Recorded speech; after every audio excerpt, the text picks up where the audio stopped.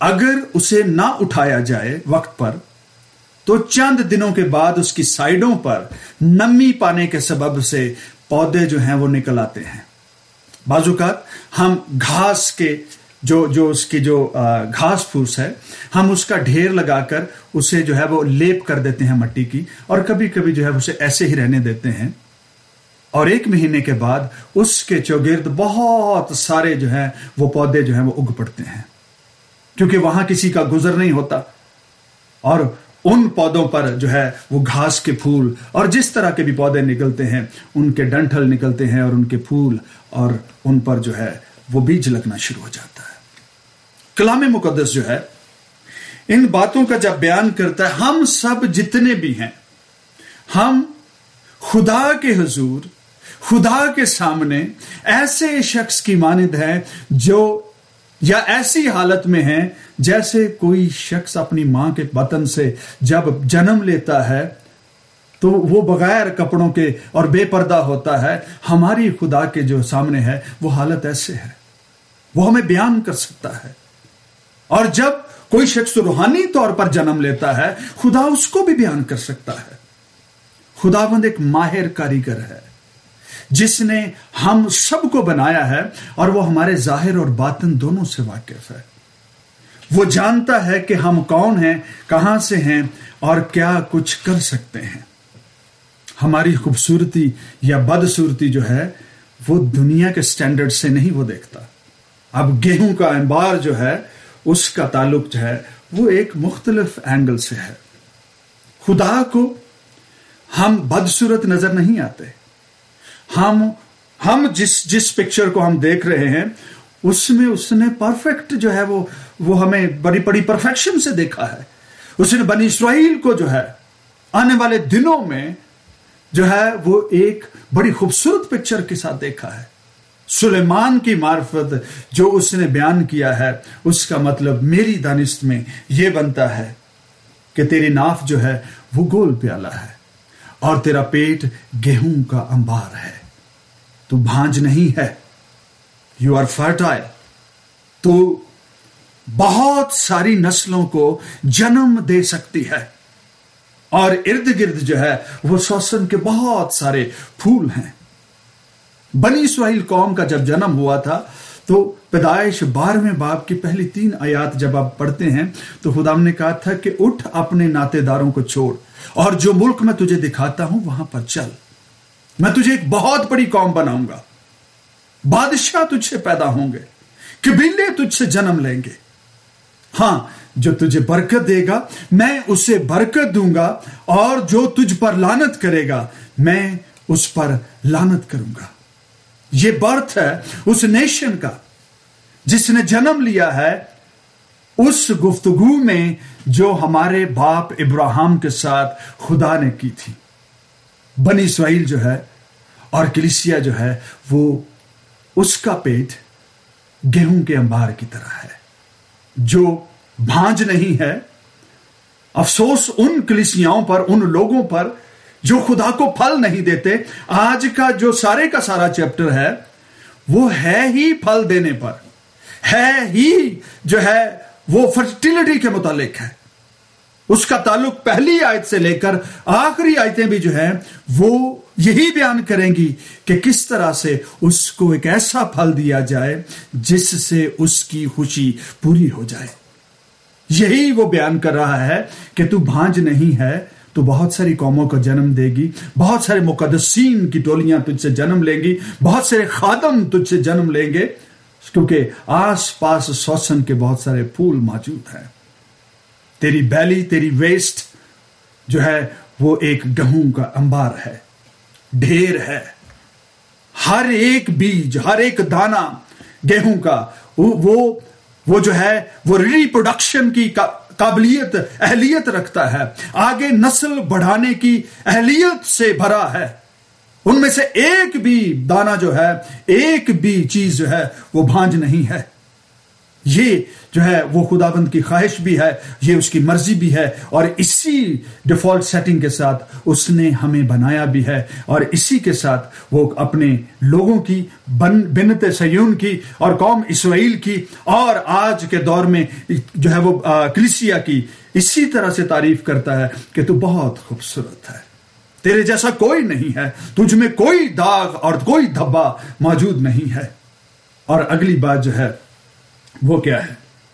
تیسری آیت جو ہے، ہم نے ان باتوں کو، 2 آہو بچوں کو اور 2 تمام جو پیدا ہوئے ہیں، ان کو ہم نے پچھلے سرمنز میں کور کیا تھا کہ یہ جن سے مراد جو ہے وہ کون ہیں۔ ہم نے عہدوں کی بات بھی کی تھی، ہم نے پرانے عہد کی بھی بات کی تھی، نئے عہد کی بھی بات کی تھی، اسرائیل کی بھی بات کی تھی، ہم نے جو ہے وہ کلیسیا کی بھی بات کی تھی، ان کی نرشمنٹ کی بھی باتیں کی تھی۔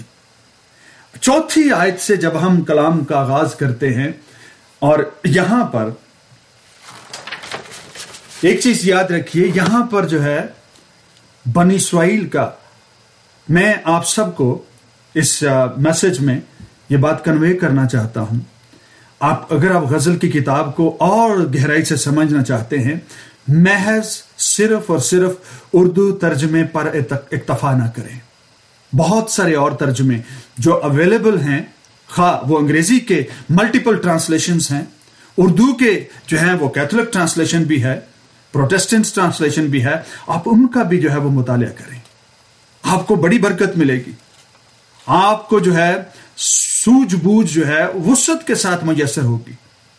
اور خاص طور پر جو خدمت کرنے والے ہیں، ان کو تو قطعاً بھی جو ہے وہ کسی ایک ترجمے کو نہیں پڑھ کر ساری باتیں جاننے کی کوشش کرنی چاہیے، ملٹیپل ٹرانسلیشنز کو جو ہے وہ ٹرائی کریں، کوشش کریں، آپ کو ٹرو میننگز تک پہنچنے کا جو ہے وہ موقع ملے گا۔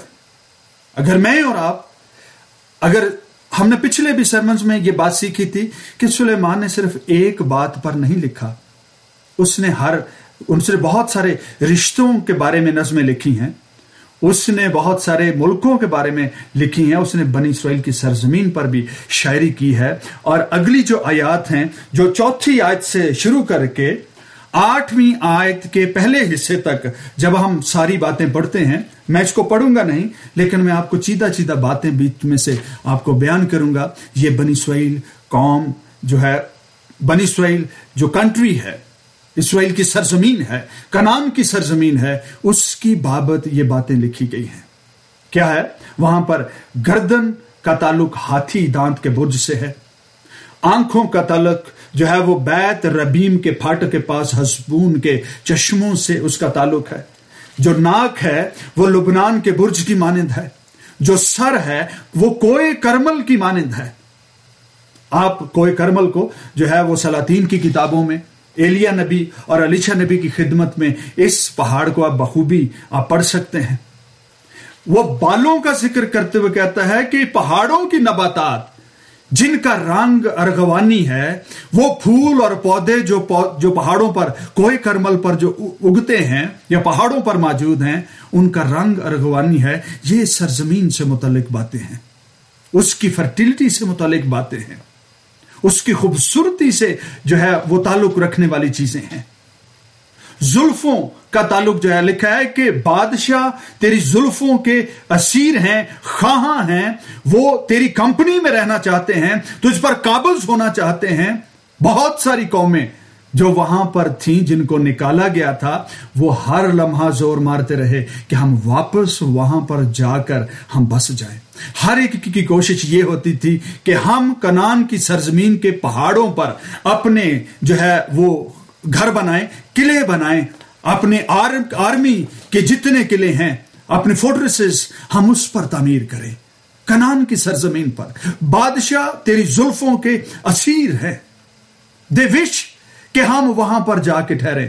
اور جب یشوع اور کابل جن کو بھیجا گیا تھا، ان میں سے ایک نے کہا تھا، خدا مجھے بس یہ پہاڑ ہی دے دے۔ اس نے ایک پہاڑ مانگ لیا تھا کہ میری نسل جو ہے یا مجھے جو ہے اس پہاڑ پر بسنے دے، یہ میری پراپرٹی یا میری ملکیت ہو۔ سارا جو قبیلہ تھا یا ساری جو امت تھی، وہ مختلف جگہوں کو جو ہے وہ بانٹ رہی تھی، بس رہی تھی۔ اس نے ایک پہاڑ ہی مانگ لیا۔ بادشاہ سپہ سالار تیری زلفوں کے اسیر ہیں. لوگ خواہش کرتے ہیں کہ وہ آ کر اس سرزمین پر بسیں، اس پر قابض ہوں، اس کو اپنی پراپرٹی بنائیں. اور پھر یہی نہیں، آگے جو کلام میں بات لکھی ہے، یہ جو چند آیتیں تھیں میں نے ان کی بابت آپ کو بتایا کہ یہ اسرائیل کی جیوگرافی کے بابت جو ہے انہوں نے لکھی اور اس کی خوبصورتی کو بیان کیا. اور یوں جو ہے وہ اس نے بیان کرتے کرتے اگلی جو بات لکھی ہے وہ یہ ہے. اگلی باتیں جو ہیں وہ ہیں خواہش کی ہے اس نے، بلکہ اس میں ایک بات جو ہے وہ 6 آیت میں اس کا ذکر کرنا چاہوں گا. وہاں لکھا ہے، اے محبوبہ عیش و عشرت کے لیے تو کیسی جمیلہ اور جاں فضا ہے. اردو کی جو ووکیبلری ہے اس کو غور سے سنیے. انگریزی میں جو لکھا ہے وہاں پر لکھا ہے you are fair and pleasant. You are fair and pleasant, عیش و عشرت کے لیے یا کہ ڈیلائٹ ہونے کے لیے، خوش ہونے کے لیے. اور خوشی صرف ایک بات میں نہیں ہوتی ہے. بادشاہ اس کی زلفوں میں اسیر ہیں، اس پر قلعے بنانا چاہتے ہیں، اپنی رہائش گاہیں بنانا چاہتے ہیں. کیوں؟ تاکہ یہاں پر کھڑے ہو کر جب ساری سرزمین کو دیکھیں تو خوش ہوں کہ کیا یہ وہ سرزمین نہیں جس پر ہم بستے ہیں یا ہم حکومت کرتے ہیں. یہ وہی جگہ ہے جہاں پر بہت سارے بادشاہوں نے بدی بھی کی، ہلاک بھی ہوئے، اور انہوں نے عبرت نہ سیکھی، عیش و عشرت میں پڑ گئے، نیگیٹیوٹی کو انہوں نے اپنی زندگی میں جگہ دی. خوش ہونے کے لیے، آرام کرنے کے لیے یہ جگہ، یہ پہاڑ، یہ سرزمین کھانے کے لیے، اس کے پھلوں سے جو ہے وہ آسودہ ہونے کے لیے یہ بڑی جاں فضا ہے. اگر آپ اردو ترجموں کو پڑھتے ہیں اور صرف اردو ترجمے پر ہی اکتفا کرتے ہیں، ہم بہت ساری چیزوں کو مس لیڈ ہونے اور مس گائیڈ ہونے کی طرف چلے جائیں گے. اسی لیے ہمیشہ کوشش کریں کہ بہت سارے جو اور ترجمے ہیں ان کو ریفر کرنے کی کوشش کریں، ان کو جو ہے وہ کنسلٹ کرنے کی کوشش کریں تاکہ ہم ایک درست میننگ تک ہم پہنچ سکیں. 8ویں آیت کا آخری حصہ یہ کہتا ہے، اس کی خواہش ہے، یا بادشاہ نے یا مصنف نے لکھتے ہوئے کہا ہے کہ تیری سانس کی خوشبو سیب کی سی ہو. یہ سرزمین کی بابت ہے، اور سرزمین یا وہاں کے رہنے والے لوگوں کی خوشبو جو ہے وہ سیب کی سی ہو، اور تیرا منہ جو ہے وہ بہترین شراب کی مانند ہو. یہ خواہش ہے، یہ اس کی بڑی جو ہے وہ تمنا ہے کہ یہاں کے لوگوں کی خوشبو اور ان کا طور طریقہ جو ہے وہ پسندیدہ ہو، جو میرے محبوب کی طرف سیدھی چلی جاتی ہو اور سونے والوں کے ہونٹوں پر سے آہستہ آہستہ بہہ جاتی ہو. ان کی جوانی سے لے کر ان کے بڑھاپے تک، جب ان کا منہ جو ہے وہ بہت ساری چیزوں کو ہولڈ بھی نہ کر سکتا ہو، تب تک جو سونے والوں کے ہونٹوں سے خاموشی سے بہہ جاتی ہو. اور آپ جانتے ہیں کہ سلیمان کو مہارت ہے جوانی، بچپن، جوانی، نوجوانی اور بڑھاپے کی باتوں کو لکھ کر روحانی چیزوں کے ساتھ جوڑنے کی، عمر کے حصوں کے ساتھ جو ہے اس کو بیان کرنے کی بڑی مہارت حاصل ہے. میں اپنے محبوب کی ہوں اور وہ میرا مشتاق ہے. میں اپنے محبوب کی ہوں اور وہ میرا مشتاق ہے. اب جو پہلی آیتیں ہم نے پڑھی ہیں کہ ہو، یہ اس کی خواہش ہے کہ کاش اسرائیل آخری دنوں میں، آنے والے دنوں میں جو زندگی یا جو اس قوم کا وقت باقی ہے، کاش ان دنوں میں ان کی خوشبو جو ہے وہ خدا کو پسندیدہ ہو. کاش یہ خدا کو پہچان جائیں. بت پرستی جو ہے سرزمین سے جاتی رہے، بادشاہوں کے دلوں سے جاتی رہے. وہ منفی چیزیں جنہوں نے گھر کر لیا ہے اور وہ عہد جو غیر قوموں سے باندھے گئے ہیں، کاش کہ یہ سرزمین اس سے پاک ہو جائے. ان ساری چیزوں کے باوجود سلیمان کی جو اپنی بھی خواہش ہے، اس میں 3 ہی کیریکٹر ہیں، چرواہا ہے، لڑکی کا کیریکٹر ہے اور سلیمان ہے. یہ 3 ہی لوگ ہیں، یہ 3 ہی لوگوں کے گرد جو ہے یہ جو ہے وہ ساری کی ساری چیزیں گھومتی ہیں.